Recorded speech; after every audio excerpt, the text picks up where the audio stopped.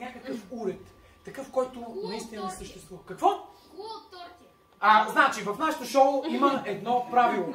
Бъди бърз, изпревари дете. Така че, моля ви, нещо друго. Моля?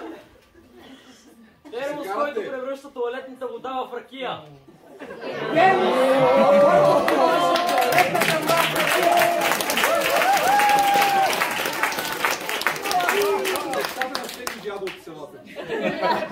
Така, сега, виждате има букви там, сами се досещате, може би, какво следва.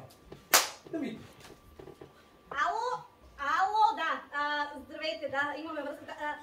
Драги зрители, вие сте с предаването Джибери. С нас е изобретателят на термос за превръщане на туалетна вода в ракия. Представете си колко съм изумена. Казва се Хасан Трифонов. Благодаря, здравейте на всички. Приятно ми, аз съм Хасан Трифонов. Смеска съм между две раси.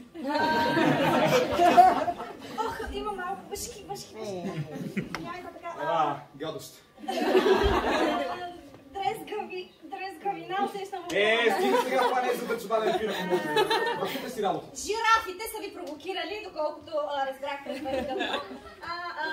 Разкажете повече за тази идея. Зайди, къде отиде ти? Искам да кажа, че се интересувам от вашия продукт. Представете го. Йордале, хиху! Ето го продукта, там сега ще го покажат. Какафония, драги зрители, нещо да не можем да така. Любопитна съм да разбера за вашия термос. Леле, много сте неподготвена. Значи, когато интервюрате някой човек като мен, Хасан Трифонов, все пак съм на Слави Трифонов, не е това начин да се излагате. Миришете малко на джибри, така усещам.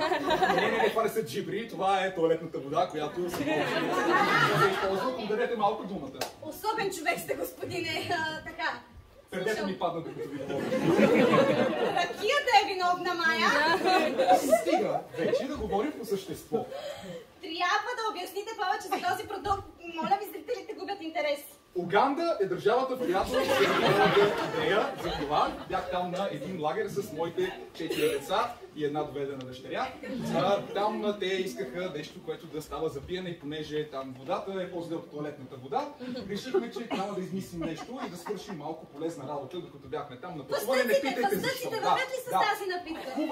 Хубаво вървят пъстъците. Царевицата! Чекай малко сега. Царевица. Шампастъците, добре.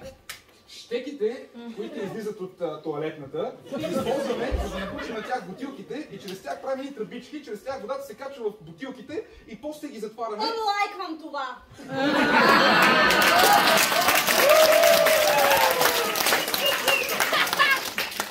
Юбегашунг, каза Ангела Меркел. Японски корени има този господин, нищо, че се казва Хасан.